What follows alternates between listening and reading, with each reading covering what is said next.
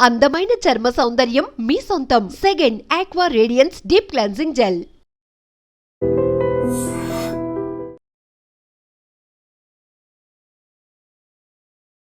నమస్తే, welcome to I dream. నేను మీ Lakshmi. Corona మళ్ళీ విజృంభిస్తోందా? కోవిడ్ కష్టాలు తప్పవా? ఇప్పటికే ఆంధ్రప్రదేశ్లో కూడా కరోనా పాజిటివ్ కేసులు నమోదవుతూ ఉండటం తీవ్ర భయాందోళన రేపుతోంది. విశాఖలో ఒక వివాహితకు కరోనా పాజిటివ్ ఉంటే కడపలో మరొక 2 పాజిటివ్ కేసులు నమోదవటం ఇప్పుడు ప్రతి ఒక్కరు కూడా ఒక ప్యానిక్లోనికి వెళ్తున్నారు. దీంతోనే వైద్య ఆరోగ్య శాఖ కూడా అలర్ట్ అయింది. మళ్ళీ మాస్క్ తప్పనిసరిగా ప్రతి ఒక్కరు కూడా పెట్టుకోవాలి, సోషల్ డిస్టెన్స్ పాటించాలి. ఒకప్పుడు కోవిడ్-19 సిచ్యువేషన్లో ఏవైతే మనం కేర్ తీసుకున్నామో అవన్నీ తప్పనిసరిగా పాటించాల్సిందే. కోవిడ్ నుంచి దూరంగా ఉండాలి అంటూ అనేక సూచనలు, జాగ్రత్తలు కూడా ఇప్పటికీ రివీల్ చేయడం జరిగింది. సో దీనిపైన మాట్లాడదాం. చాలా వరకు కోవిడ్ అనేటప్పటికీ ప్రతి ఒక్కరూ కూడా ఒక రకమైన ప్యానిక్లోనికి వెళ్ళిపోతూ ఉంటారు. రకరకాల ఆలోచనలు ఉంటాయి, రకరకాల డౌట్స్ కూడా ఉంటూ ఉంటాయి. వాటిపైన క్లారిఫికేషన్ తీసుకుందాం. డాక్టర్ వీరేన్ గారు మనతో పాటు ఉన్నారు, ఇన్ఫెక్షన్స్ స్పెషలిస్ట్. నమస్తే డాక్టర్ గారు. సో జనరల్గా ఎన్నో డిసీజెస్ మనం చూస్తూ ఉన్నాం, ట్రీట్మెంట్ తీసుకున్న వాళ్ళు కూడా భయపడరు. కానీ కోవిడ్ అనేటప్పటికీ ఆ సిచ్యువేషన్స్ అందరికీ కళ్ళ ముందు అలా కదలాడుతూ ఉంటాయి, భయం వేస్తుంది. సో ఇప్పుడు మళ్ళీ పాజిటివ్ కేసులు ఒక్కొక్కటి నమోదవుతూ ఉండటం, అసలు ఏం చెప్తారు కోవిడ్-19 కోసం? ఇప్పుడు మళ్ళీ కరోనా అంటున్నారు, అవే సిమ్టమ్స్తో ఉంటుందా లేకపోతే ఏంటి? సో కోవిడ్లో భయానికి కారణం అనేది మెయిన్లీ ఒకటి కారణం. ఎందుకంటే ఇది పబ్లిక్కే కొత్త కాదు, డాక్టర్స్ కూడా కొత్త. గత 3 ఏళ్ల ముందు ఎవరికి కూడా కరోనా వైరస్, కోవిడ్-19 వీటి గురించి ఎవరికి తెలియదు. పరిచయం లేని పేరు, పరిచయం లేని డిసీజ్ మాకు కూడా కొత్త. ట్రీట్మెంట్స్ ఎవాల్వ్ అవ్వడం కూడా మేము కూడా నేర్చుకున్నాం. పబ్లికే కాదు, మేము కూడా ఎలా ట్రీట్ చేయాలి పేషెంట్ నేర్చుకున్నాం. ఇది ప్రథమ కారణం దీని గురించి భయం రావడానికి. ఇకపోతే మీరు అడిగింది ఇప్పుడు కూడా ముందు కోవిడ్ వేవ్స్ లాగే ఉంటుందా లేదా అనేది. So it is too early to tell. ప్రస్తుతానికైతే అక్కడక్కడ అడపదడప కేసులు నమోదవుతున్నాయి. సివిరిటీ కూడా ప్రస్తుతానికి అంతగా లేదు. సో మనం ప్యానిక్ అవ్వడం కాకుండా మన సురక్షితలో మనం ఉండడం బెటర్. ప్రస్తుతానికి అయితే కేసెస్ పెరుగుతాయంటే పెరగచ్చు. ప్రస్తుతానికి క్లైమేట్ కూడా చేంజ్ అవుతుంది, అడపదడప వర్షాలు. ఇదే టైం వైరసెస్ అన్ని విజృంభించే టైం ఇది. రెస్పిరేటరీ వైరసెస్ అంటారు. కోవిడ్ కానీ, ఫ్లూ కానీ, బర్డ్ ఫ్లూ, ఇవన్నీ రెస్పిరేటరీ వైరసెస్, శ్వాసకోశం సంబంధించిన వైరస్లు. ఇవన్నీ వర్షాలు పడినా, సడన్గా వింటర్, సమ్మర్ నుంచి మెల్లగా రైనీ సీజన్ వింటర్కి వెళ్ళినా అప్పుడు ఎక్కువ విజృంభిస్తాయి. ఇప్పుడు కేసులు పెరగడం కానీ ఇవన్నీ చూడొచ్చు. సివియరిటీ ఉంటుందా లేదా అనేది ఆ మ్యూటేషన్స్ బట్టి, వేరియంట్స్ బట్టి కూడా ఉంటుంది. సో ఇది సివియర్ వేరియంటా కాదా ప్రస్తుతానికి అనేది ఇంకా గవర్నమెంట్ దాని మీద రీసెర్చ్ చేయాల్సిన అవసరం ఉంది. Yes sir. ఇప్పుడు హాట్ సమ్మర్లో కూడా మనకి రెయిన్స్ పడుతూ ఉన్నాయి. దీంతో కూడా కొంతమందికి వైరల్ ఫీవర్స్ వస్తున్నాయి. అంటే ఈ ఇన్ఫెక్షన్స్కి ఇప్పుడు కోవిడ్-19 లక్షణాలకి ఏమైనా డిఫరెన్సియేషన్స్ గమనించవచ్చు అంటారా? ఇక్కడే చాలా వరకు పేషెంట్స్ కన్ఫ్యూజ్ అవుతూ ఉంటారు. అయ్యో, అంటే కోవిడ్-19లో ఎలాంటి సిమ్టమ్స్ ఉన్నాయి, మాకు ఇప్పుడు ఫీవర్ ఉంది, తలనొప్పి వస్తుంది, కాళ్ళు చేతులు పీకుతున్నాయి, అయితే మాకు కూడా పాజిటివ్ ఉంటుందా అనే ఆలోచన ఉంటుంది. సో ఈ రెండింటికి డిఫరెన్సియేషన్ ఏం తెలుసుకోవచ్చు అంటారు? ఓకే, మీరు అడుగుతుంది దగ్గు, జలుబు, జ్వరం, వైరల్ ఫీవర్స్ ఏటి ఉన్నాయో వాటిని కోవిడ్ నుంచి ఎలాగ మీరు డిఫరెన్షియేట్ చేయాలో అడుగుతున్నారు.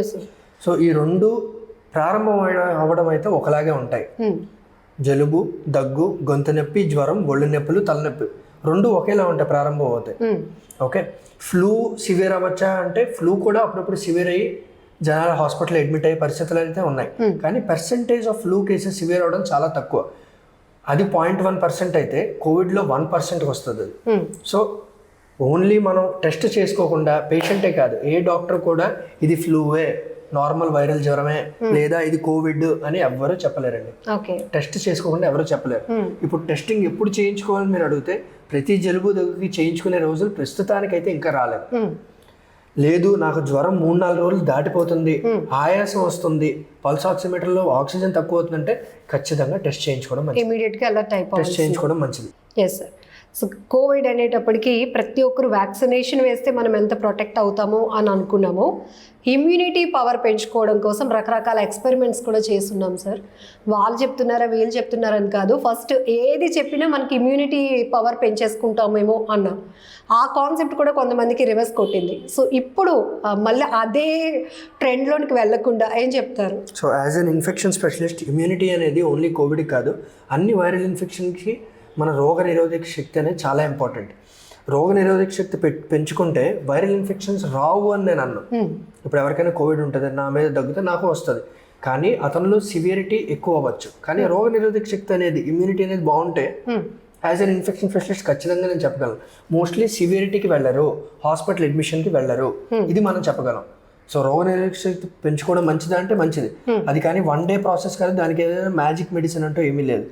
ఓవర్ ద టైం మన డైట్లో విటమిన్ సి ఉన్న వెజిటబుల్స్, ఫ్రూట్స్ ఇవన్నీ ఇంక్లూడ్ చేసుకుంటే ఓవర్ 1 to 2 months పెరుగుతుంది. ఇదే కరెక్ట్ టైం అది పెంచుకోవడానికి. సో అందరూ ఫ్రెష్ ఫ్రూట్స్, వెజిటబుల్స్ ఉన్న డైట్ ఇంక్రీజ్ చేసుకుంటే రోజు కానీ అట్లీస్ట్ నిమ్మరసం, మ్యాంగోస్ ఇప్పుడు అవైలబుల్, వాటిలో అన్నింటిలో విటమిన్ సి ఉంటుంది. అవి రెగ్యులర్గా తీసుకుంటే 2 months ఇమ్యూనిటీ బిల్డప్ అవుతుంది. Then chances of you going into severity తక్కువ అవుతాయి. That is so we can protect our cells by increasing our immunity. Sir, generally seasonal infections అనేటప్పటికి చాలా రకాలు చూస్తూ ఉంటాం. సో ఇప్పుడు పిల్లల్లో ఎక్కువగా మనం చూస్తూ ఉన్నాం. ఎలాంటి ఇష్యూస్ ఉన్నాయి? సో ప్రస్తుతానికైతే మీరు ముందు వచ్చిన కోవిడ్ వేవ్స్ చూస్తే 2 ఏజ్ గ్రూప్స్ మెయిన్గా చెప్పారు. బాగా చిన్నపిల్లలు, వృద్ధులైన వాళ్ళు, వీళ్ళకి బాగా ఖచ్చితంగా సివియరిటీ వస్తుందని చెప్పారు. ప్రస్తుతానికి కేసులు తక్కువ ఉన్నాయి కాబట్టి కమెంట్ చేయడం కొంచెం కష్టం. చిన్నపిల్లలకి ఇంకా ఈ కొత్త వేరియంట్లు చిన్నపిల్లల్ని ఎక్కువ ఇచ్చేస్తే కమెంట్ చేయడం కష్టం. కానీ ఒకటి మాత్రం చెప్పగలం, ఎప్పుడైతే ఇమ్యూనిటీ తక్కువ ఉంటుందో, అంటే చాలా డిసీజెస్ ఉంటాయి, వాటిలో ఇమ్యూనిటీ తక్కువ ఉంటుంది. షుగర్ ఉన్నవాళ్ళు, హార్ట్ ప్రాబ్లం ఉన్నవాళ్ళు, ఆల్రెడీ కిడ్నీ ప్రాబ్లమ్స్ ఉన్నవాళ్ళు, డయాలిసిస్ మీద ఉన్నవాళ్ళు, ఇంకేమైనా ఇమ్యూన్ రిలేటెడ్ డిసీజెస్, రొమటలాజికల్ డిసీజెస్ అంటారు, ఆటో ఇమ్యూన్ డిసీజెస్, అవి ఉన్న వాళ్ళకి ఇమ్యూనిటీ ఎలాగో తక్కువ ఉంటుంది. ఆర్ ఇమ్యూనో సప్రెసెన్స్ వాడేవాళ్ళు, చాలా మందికి ట్రాన్స్ప్లాంట్లో అవయవ మార్పిడి చేస్తారు, వాళ్ళకి ఇమ్యూనిటీ సప్రెస్ చేస్తారు, మెడిసిన్స్ ఇస్తారు. వాళ్ళందరికీ అండ్ వృద్ధులకి వీళ్ళకి వస్తే మాత్రం సివియరిటీ ఎక్కువ ఉండే ఛాన్స్ మళ్ళీ ఎక్కువ ఉంది. చిన్నపిల్లలకి ఇంకా ప్రస్తుతానికి తెలియదు కాబట్టి మనం అంత ఎక్కువ దాని గురించి మాట్లాడకూడదు. కేసులు పెరిగే కొద్దీ మనకు అర్థమైపోతుంది. సో మీరు అన్నారు COVID-19 ఫస్ట్ టైం వచ్చినప్పుడు డాక్టర్స్కి కూడా అదొక experiment. So how to treat అనేది మీరు కూడా నేర్చుకొని మాకు చెప్పడం వల్ల మేము అలర్ట్ అయ్యాం. సో ఇప్పుడు ఈ సీజన్లో వస్తున్న కోవిడ్ లక్షణాలు ఇంకా ఫుల్ ఫ్లెడ్జ్డ్గా ఎలాంటి సిమ్టమ్స్ బయటపడటం లేదు కాబట్టి చెప్పలేకపోవచ్చు. కానీ ఎలాంటి అలర్ట్ అంటే కోవిడ్ అనేటప్పటికి ఫస్ట్ అందరికీ గుర్తొచ్చేది మాస్క్, సోషల్ డిస్టెన్స్ అండ్ ఇంకా హైజీన్ మెయింటైన్ చేయటం. ఏం చెప్తారు మీ సజెషన్స్? 2 విషయాలండి. ఒకటి, మనం పబ్లిక్లో ఎలా ప్రవర్తించాలి అండ్ ఇంట్లో ఎలా ప్రవర్తించాలి. సిమ్టమ్స్ వస్తాయి, సిమ్టమ్స్ రాకముందు మనం పబ్లిక్ గ్యాదరింగ్స్ అనేవి, ఒకవేళ మీకు కంపల్సరీగా వెళ్ళాలి అంటేనే వెళ్ళండి. Don't go to parks or other public gatherings just because you want to go out. Okay, number 1. రెండోది, ఒకవేళ గ్యాదరింగ్స్ వెళ్ళాల్సి వచ్చింది, పెళ్ళి లేకపోతే ఇంకెవరైనా గ్యాదరింగ్ ఖచ్చితంగా మీరు వెళ్ళాలి, మీ ఫ్యామిలీ వెళ్ళాలి అన్నప్పుడు మాస్కులు ధరించడం ఖచ్చితంగా మంచిది. అక్కడ ఎవరికైనా జలుబు దగ్గుంటే ఖచ్చితంగా వాళ్ళ నుంచి కొంచెం దూరంగా ఉండడం మంచిది. రెండోది, మీకు వస్తే సిమ్టమ్స్ మీరు ఎలా చేస్తారు, మిగతా వాళ్ళని ఎలా కాపాడుకుంటారు. మీకు ఏ సిమ్టమ్స్ స్టార్ట్ అయినా, జలుబు దగ్గుతో స్టార్ట్ అయిదాం అనుకుంది, అది 3-4 రోజులకి ఎక్కువ అవ్వచ్చాము, కానీ మొదటి 3-4 రోజుల్లో కూడా మీరు మిగతా వాళ్ళకి ఇచ్చే ఛాన్స్ అయితే ఖచ్చితంగా ఉంటుంది. సో మీరు ఖచ్చితంగా మాస్క్ వేసుకొని ఇంట్లో కూడా. అండ్ మీరు కోవిడ్ వేవ్స్ గుర్తుంచుకుంటే ఎవరికైతే సిమ్టమ్స్ ఉన్నాయో వాళ్ళు ఒక రూమ్ లో పరిమితం అయ్యేవారు. అది ఇప్పుడు కూడా పాటించడం మంచిది. టోటల్ ఐసోలేషన్ అని మనం అలా భయపెట్టాల్సిన అవసరం లేదు జనాలు, కానీ జాగ్రత్త ఖచ్చితంగా అవసరం. బయట ఉన్నప్పుడు మాస్క్ వేసుకోండి, లోపలికి వచ్చిన ఇంట్లోని మీ రూమ్కి వెళ్ళే ముందు మాస్క్ వేసుకోవడం మంచిది. మీరు ఒకే టేబుల్ దగ్గర అందరూ భోజనం చేసినా సరే ఆ డిస్టెన్స్ చాలు మనం రావడానికి. సో వాళ్ళు వేరేగా ఉన్న సిమ్టమ్స్ తగ్గే వరకు, లేదు నాకు సిమ్టమ్స్ పెరుగుతున్నాయి, 4 రోజులు అయిపోయింది జ్వరం తగ్గలేదు, 5 రోజులు అయిపోయింది జ్వరం తగ్గలేదు, టెస్టింగ్కి వెళ్ళడం మంచిది. అప్పుడే చెప్పారు డాక్టర్స్ అందరూ కూడా, మాస్క్ అనేది మన లైఫ్లో ఇంకా ట్రావెల్ అవ్వాల్సిందే అని. కాకపోతే కాస్త రిలాక్స్ అయ్యాం కాబట్టి మాస్క్ల ఊసు లేదు, ఇప్పుడు మళ్ళీ స్టార్ట్ అవుతోంది. ఒకవేళ మనకి ఫీవర్ వచ్చినా మనం మాస్క్ ఇంట్లో పెట్టుకుంటే పక్కన ఉన్న వాళ్ళు ఎవరైనా అయ్యో వీళ్ళ ఇంట్లో కోవిడ్ కేసు ఉందేమో అని అనుకుంటారేమో అని చెప్పి చాలా వరకు ఇలాంటి కేర్ తీసుకోవడానికి కూడా అలా భయపడుతూ ఉంటారు. బట్ వెరీ క్లియర్గా మీరు ఏం సజెస్ట్ చేస్తారు? సో మాస్కింగ్ అనేది ఇప్పటి వరకు జనాలకి అర్థమైందని అనుకుంటాను, ఎందుకంటే ఆల్రెడీ మనకి ఎక్స్పీరియన్స్ ఉంది 2 covid waves. Covid is no more a new disease, number 1. That is an advantage. ముందు నేను చెప్పినప్పుడు అప్పుడు అందరికీ కొత్త, డాక్టర్స్ కొత్త కాదు. We know what to do with our patient, we know how to track them and we know how to treat the disease. This is the major advantage. ఇది major advantage మనకున్నది ఈసారి కోవిడ్లో. సో కంగారు పడాల్సిన విషయం లేదు, కానీ మన కుటుంబ సభ్యుల్ని కాపాడుకోవడానికి మన రెస్పాన్సిబిలిటీ అది. పబ్లిక్లో కూడా మన రెస్పాన్సిబిలిటీ. సో మాస్క్ ధరించడం ఆల్రెడీ అందరికీ అలవాటు అయిపోయింది. అండ్ అంతగా జలుబు దగ్గు బాగా ఇది వస్తుంది అంటే అప్పుడు చేతులు కడుక్కోవడం ఎలాగో నేను చెప్పాల్సిన అవసరం లేదు. శానిటైజర్లు మళ్ళీ వాడకంలోకి వస్తాయి అండ్ వాడకంలోకి రావాలి కూడా. అండ్ మీరు హాస్పిటల్స్ ఎక్కడైనా ఎవరైనా అడ్మిట్ అయినప్పుడు కూడా హాస్పిటల్స్లో ఉంటాయి ఖచ్చితంగా మాస్క్, శానిటైజర్, ఈ రెండు అందరూ వాళ్ళ షేప్లో పెట్టుకుని తిరగాల్సిన టైం వచ్చేసింది. ఎస్ సార్, మీరు ఎక్స్క్లూజివ్లీ ఇన్ఫెక్షన్స్కి ట్రీట్ చేస్తూ ఉంటారు కాబట్టి, స్పెషలిస్ట్ కాబట్టి, ఇన్ఫెక్ట్ అయిన తర్వాత ట్రీట్మెంట్ ఇది సెకండ్ థింగ్. కానీ అసలు ఇన్ఫెక్షన్స్ ఎందుకు వస్తాయి సార్? జనరల్గా మనం చేసే మిస్టేక్స్ ఏంటి డైలీ లైఫ్లో? ఒకటి, ఇన్ఫెక్షన్స్ వచ్చాక సివియర్ అవ్వడం రెండు విషయాలు మేడం. ఇన్ఫెక్షన్స్ రాకుండా ఉండాలంటే మన రోగ నిరోధక శక్తి కానీ మన హెల్త్ కానీ పీక్ లెవెల్స్లో ఉండాలి, పారామౌంట్ లెవెల్స్లో ఉండాలి. అప్పుడు ఇన్ఫెక్షన్స్ మ్యాక్సిమం మనం ప్రివెంట్ చేయగలం. ఓకే, అలాగని ఇప్పుడు దోమ కొడితే మలేరియా వస్తుందంటే వస్తుంది, మీ ఇమ్యూనిటీ ఎలా ఉన్నా మలేరియా వస్తుంది మేడం, ఎలా ఉన్నా వస్తుంది. సో మిగతా ఈ వైరసెస్ లాంటి వాటిని కొంచెం మనం కాపాడుకోవడం. అండ్ ఒకవేళ ఇన్ఫెక్షన్ వచ్చినా సివియర్గా ఉండకూడదంటే మీ ఇమ్యూనిటీ బాగుండాలి. ఓకే, ఇమ్యూనిటీ తక్కువైన వాళ్ళకి, ఇమ్యూనిటీ ఎక్కువ ఇద్దరికి ఇన్ఫెక్షన్స్ వస్తాయి, కానీ ఇమ్యూనిటీ తక్కువ ఉన్న వాళ్ళకి, రోగ నిరోధక శక్తి ఎవరికైతే తక్కువ ఉంటుందో వాళ్ళకి చాలా సివియర్ అవుతుంది అది. ఓకే, సో సివియర్ అవుతే లైఫ్ థ్రెటనింగ్ ఉంటుంది. జనరలీ మన బాడీ పార్ట్స్లో దేని ద్వారా ఎక్కువగా ఇన్ఫెక్షన్స్ రావడానికి అవకాశం ఉంటుంది? సో ఇన్ఫెక్షన్స్ అనేవి ప్రతి బాడీ పార్ట్ని, ప్రతి అవయవాన్ని, లైక్ ఎక్కువ నెయిల్స్ అని చెప్తా ఉంటారు కదా సార్, మనం తీసుకునే ఫుడ్ నుంచి. లేదు, ఫుడ్ ఇన్ఫెక్షన్స్ అనేవి ఓన్లీ పొట్టకి సంబంధించింది. ఇన్ఫెక్షన్స్ బ్రెయిన్ నుంచి కాలు వరకు ఎక్కడైనా రావచ్చు. బ్రెయిన్ ఇన్ఫెక్షన్ బ్రెయిన్ ఫీవర్ అని పిలుస్తారు, ఎన్కెఫలైటిస్ అని పిలుస్తారు. ఓకే, బ్రెయిన్ ఇన్ఫెక్షన్ అది. దాని తర్వాత కిందకు వస్తే మీకు హార్ట్ లో ఒక ఇన్ఫెక్టివ్ ఎండోకార్డిటిస్ అని ఇంకో ఇన్ఫెక్షన్ ఉంది, లంగ్స్ లోకి వస్తే న్యూమోనియా అని ఉంది, పొట్టలోకి వస్తే పొట్టలో ఇన్ఫెక్షన్స్ ఉన్నాయి, జెనైటల్ ఇన్ఫెక్షన్స్ ఉన్నాయి, హెచ్ఐవి ఉంది, లైంగికంగా సంక్రమించే ఇన్ఫెక్షన్స్ ఉన్నాయి. అలాగే కాళ్ళలో డయాబెటీస్ వాళ్ళకి అల్సర్స్ ఏమైనా దెబ్బ తగిలితే హీల్ అవ్వు, ఆ డయాబెటిక్ ఫుట్ ఇన్ఫెక్షన్. సో ఇన్ఫెక్షన్లు ఒక్కటే మొత్తం బాడీలో ఏ అవయవాన్నైనా ఇది చేయగలిగింది ఇన్ఫెక్షన్స్. సో ఏ అవయవాన్నైనా రావచ్చు.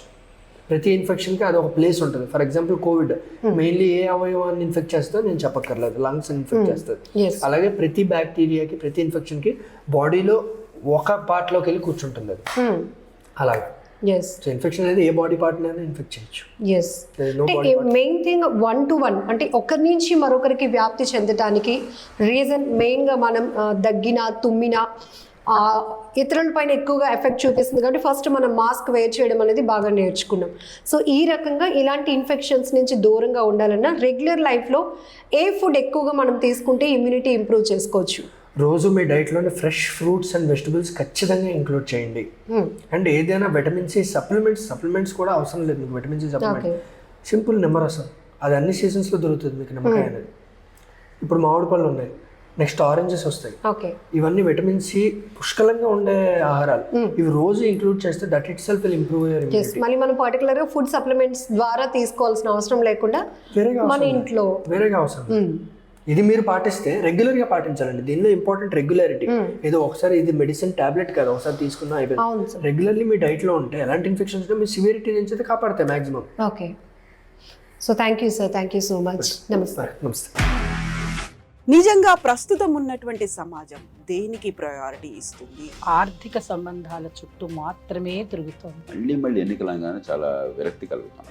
మంచి అనిపిస్తుంది కదా, లేడీస్ కూడా ఛాలెంజింగ్ జాబ్స్ చేసినప్పుడు చాలా బాగుంటది. ట్రాఫిక్ అసిస్టెంట్స్ గా నియమించిన ట్రాన్స్జెండర్స్ అందరితో సాల్యూట్ చేయించుకుంటున్నారు. ఫుడ్ డెలివరీ ఇవ్వటానికి వెళ్ళినటువంటి డెలివరీ బాయ్ అనిల్ పై కళ్ళ ముందు పెళ్ళండి